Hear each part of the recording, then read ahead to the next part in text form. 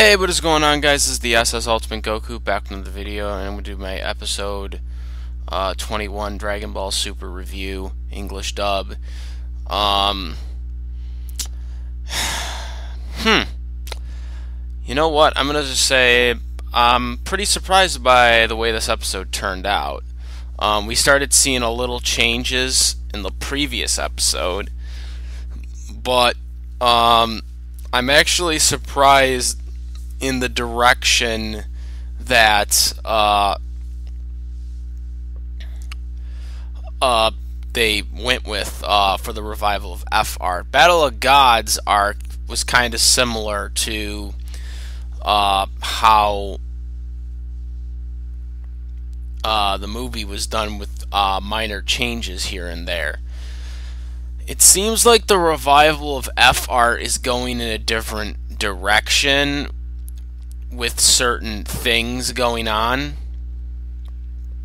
Not everything, but I think the way they're setting the fight up is kind of different in the way that it was set up for the movie, which is pretty interesting, actually.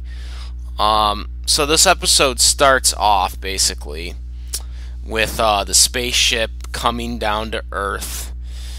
You got the heroes still, they're going right where it's going to land. You got Piccolo, Tien, Krillin, Master Roshi for some reason again. I think I said Piccolo and Gohan. They all explain that, Tien explains that he left Chasu behind.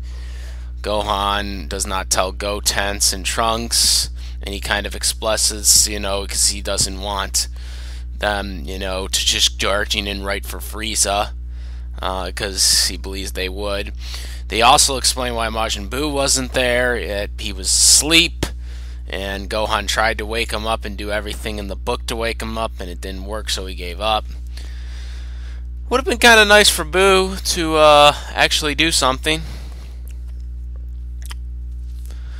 But nonetheless, Fat Boo decided to be lazy.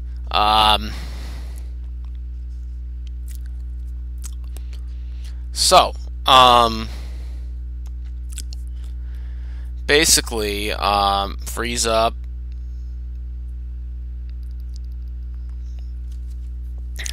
confronts everyone, and you got Tagoma,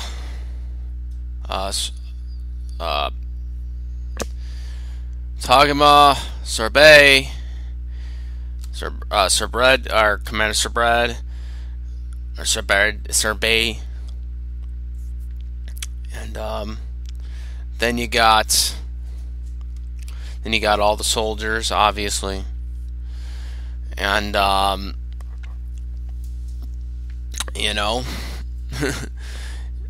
they're ready to, take action. Frieza wants his vengeance.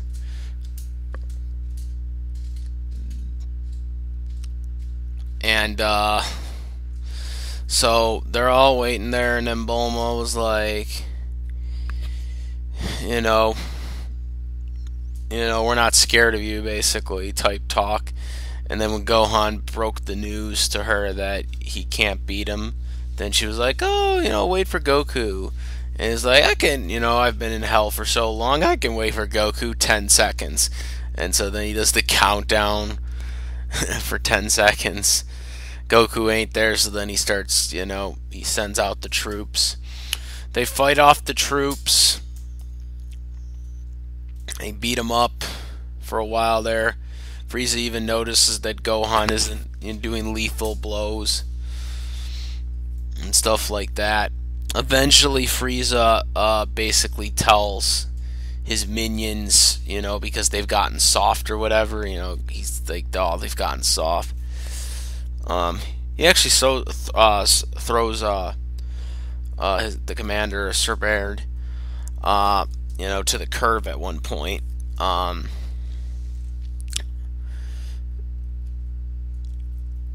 And then you got basically they show the flashback of Krillin dying from Frieza, and he basically tells anybody, they'll be rewarded handsomely if, they're able to kill the bald one. And so naturally every like goon or most of the goons been basically gain up on Krillin, and Krillin is like all scared or something. Like he's just like he doesn't know what he wants to do. Eventually, when they start trying to punch Krillin, Krillin dodges easily, and he can't know how. Like he's like, how am I able to do this? How am I able to dodge this? And Master Roshi basically tells him, you've been training with the best, Goku, Vegeta, all these guys that have been training. So these guys, they got nothing on you in terms of speed and stuff like that. So Krillin, gets his confidence back. Master Roshi ends up throwing a Kamehameha too in this fight as well.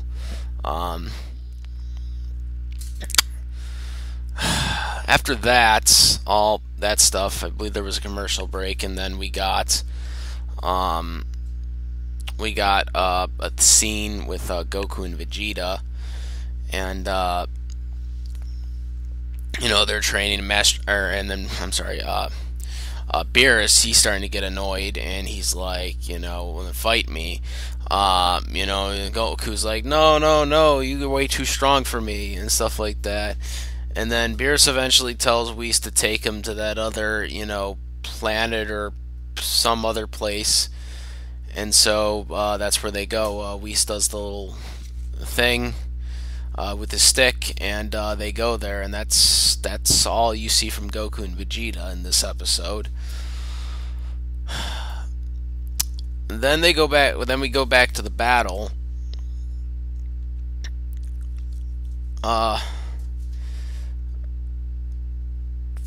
And eventually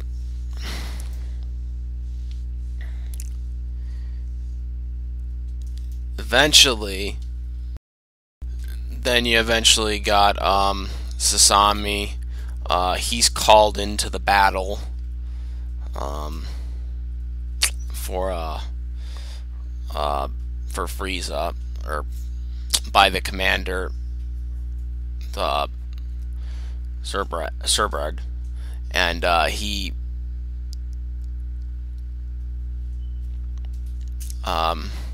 basically tells him, because Gohan eventually confronts these people. There was also a scene with Bulma and Time Patroller, and he gets a kick in when they were getting the upper hand on the goons. Bulma was just kind of rolling her eyes, basically, because he's like, oh, well, you took out the weak one right there, who was vulnerable. So you got that stuff going on.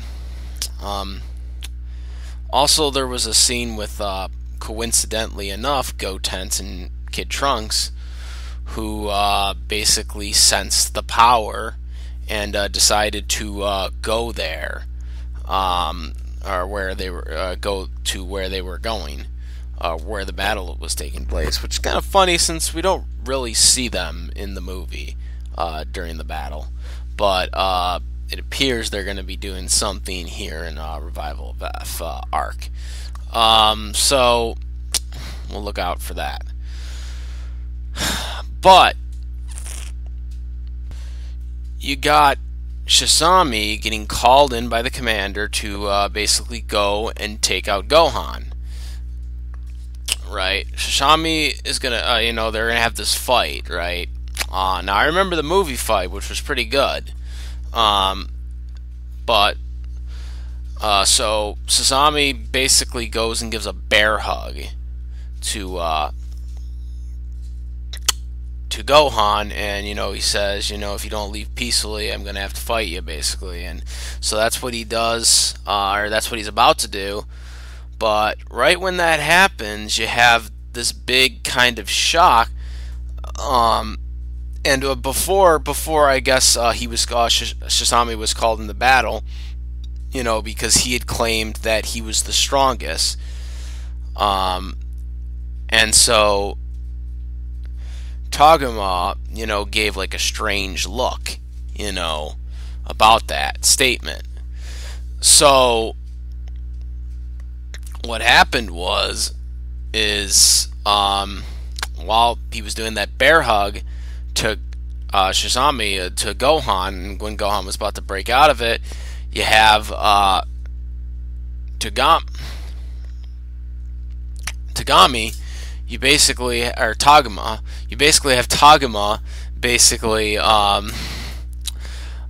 shoot a blast right at Shisami, and Shisami goes down, Gohan goes down, so they both went down. He was like, "You traitor!"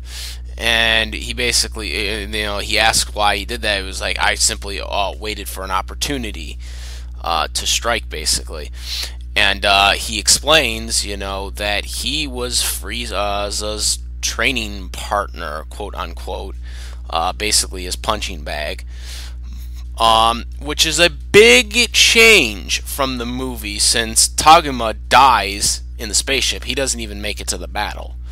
And so not only he makes it to the battle, it appears he is going to be the one that's going to be around for a little bit longer, rather than Shisami, who was around for most of the movie until he dies. But until they kill him. But I mean, he was around. He was one of the longest goons for Frieza. But it appears they decided to do a switch. And his personality is completely different. Tagoma was like this defensive person, do stuff later, type of person, be conservative or whatever. And now he's completely all in and loyal to Frieza. Which we all know that, in the last episode, what they did was, instead of actually having him be killed, he had him basically be kneeled down by Frieza for the rest of eternity at the floor. But apparently, what happened is he ended up being Frieza's training partner, which was actually suggested, I guess, by the Commander Sorbad.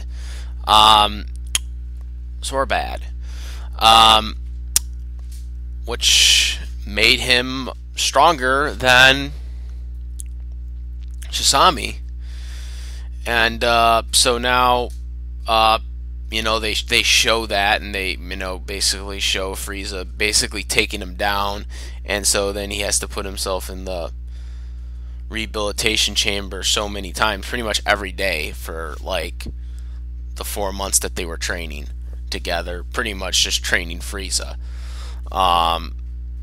He was the first person to basically train with Frieza. And so he asked, if he takes them down,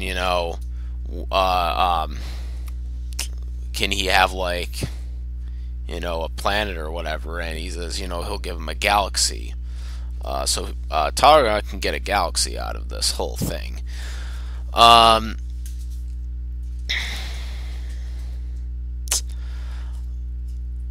So Sarbad is just like, can't believe this, but yeah, that's, and he'll be the commander, which means Sarbad don't like that. But then again, Frieza kind of warned him, because none of his soldiers were, doing anything. So he thought we might take him out anyways. So then, Piccolo obviously heals up Gohan, or like it's through a hole, but it's similar to the way it was in the movie, where it's like, they can't feed him a senso beam because like he can't breathe. So then Piccolo quickly, temporarily heals him so he can breathe. So then they could put a senso beam in him so he could heal him up. So Gohan now is better, but still not out of the woods.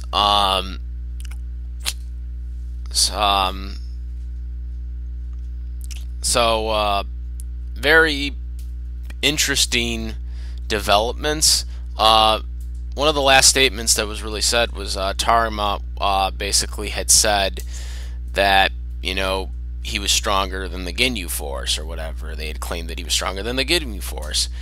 And the Ginyu Force were nothing basically to him, that they used to be, good back in the day, because he had remembered them. But they are nowhere near my level now. And they would be just a nuisance or whatever.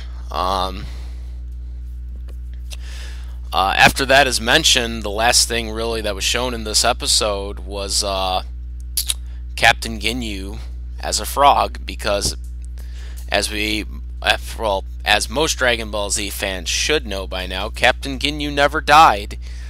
He was never officially killed. Well, I guess he was killed when the planet was destroyed by Boo in the Boo saga, but when they wished everybody back, once they wished the Earth back, and then they wished all the people back, or all the people, or not just people, living, things that were killed or brought back. That included Captain Ginyu as the frog, the Namek frog, because that was what the frog was. It was a Namek frog, and obviously there's only one Namek-like frog on planet Earth. So that's Captain Ginyu. It's kind of funny too, because Captain Ginyu, like, how the hell would you have lasted this long, Ginyu? You're like, yeah, but he's a frog though. Frogs aren't supposed to live that long. Just saying.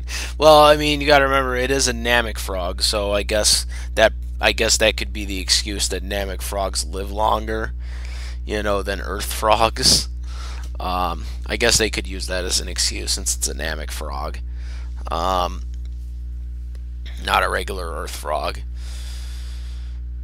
So that was the episode for episode 21. A lot of surprises. I mean, the way it was formatted was, there were similar dialogue from the original movie, but there was also a lot of things that were shown that were vastly different.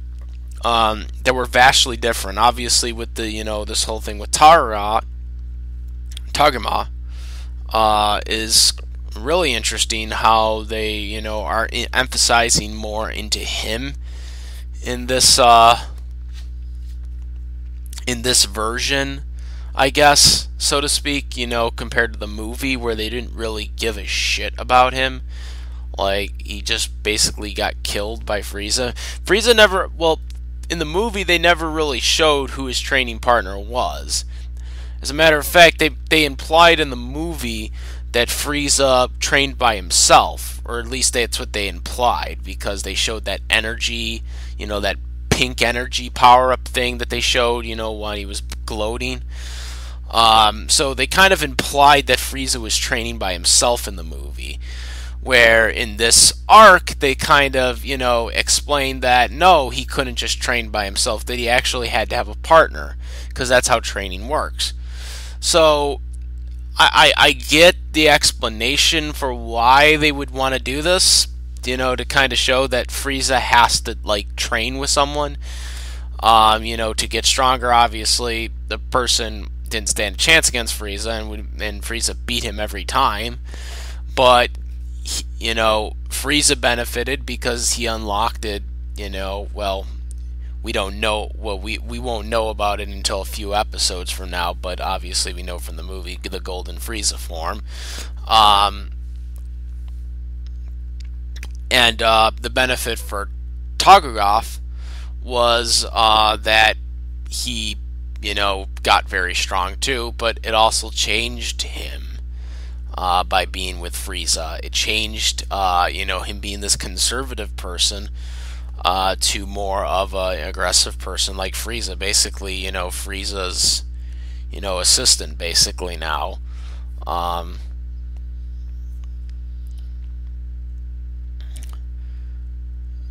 Maybe Shizami should have trained with Frieza too. I guess Frieza only wanted one though. Uh, but ended up being worth it because for him at least, though it changed him though. So now he's more evil. I liked how the eyes were like all beetly and shit. Like it was kind of weird how they did that, but it was like, they wanted to signify that he's evil. Where even though, I mean, so to speak, he was evil before, but he really wasn't. He was just kind of he was just kind of there, but he was more of a conservative person. Where now he's more of an aggressive person, and it's really different how they changed the stuff. The way they changed the fights around, where they kind of switch, Gohan versus Shizami, was basically nothing compared to the movie, because they decided to not go in that direction, and it just ended before it even started, basically. Very different decision there. It was really different on why they would do that, but I guess for whatever reason they decided to go in a direction where, Targoff was Tagoma was basically the guy that they wanted to go with. Rather than him be a jobber like he was in the movie, they kind of flipped it and basically made Shizami the jobber in the series. By the way, let me know what you guys think about this change. Do you guys think this was a good change? Flipping it, or do you think they should have stayed with the original plan? I do like the fact that they do mention that he did have a training partner, because they implied in the movie he really didn't have one. I do think that makes sense to have a training partner, but do you think Shizami should have had the training partner, or do you think it should have been Tagumi or Taroff?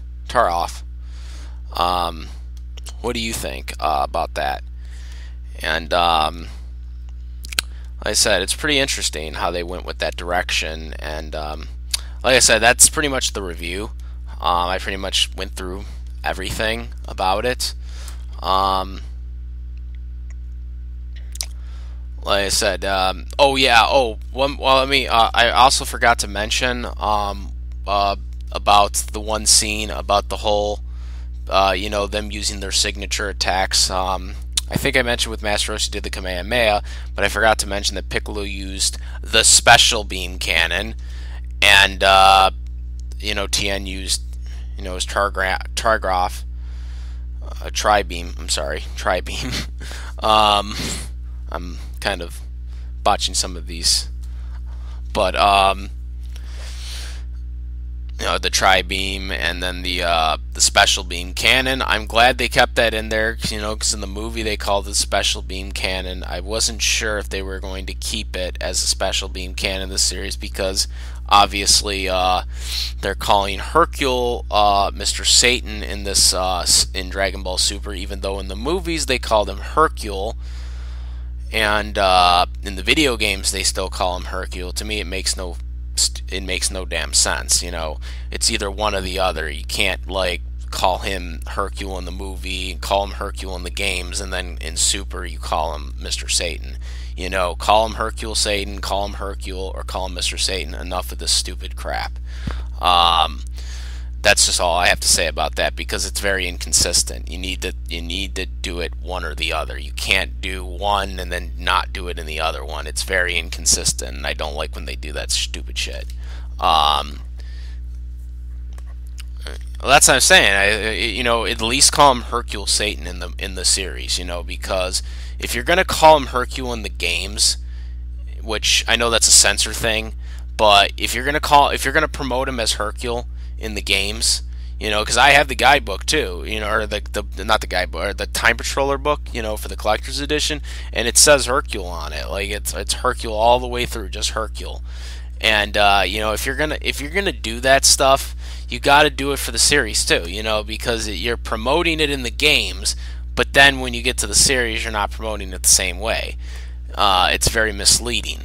You know what I mean? So at least call him Hercule Satan in the series. That's my whole take on that. I know some people might not agree with that, but you got to have consistencies. And when you do that stuff in movies and you do that stuff in other stuff, medias, and then you don't do it for the main series, that's kind of dumb.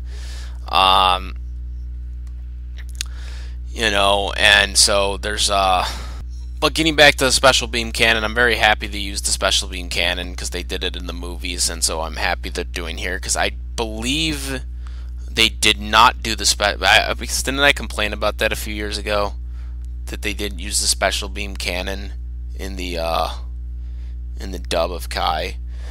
They didn't use the special beam cannon in Kai, and then they also didn't use, or for the uncut version at least, and they also didn't use the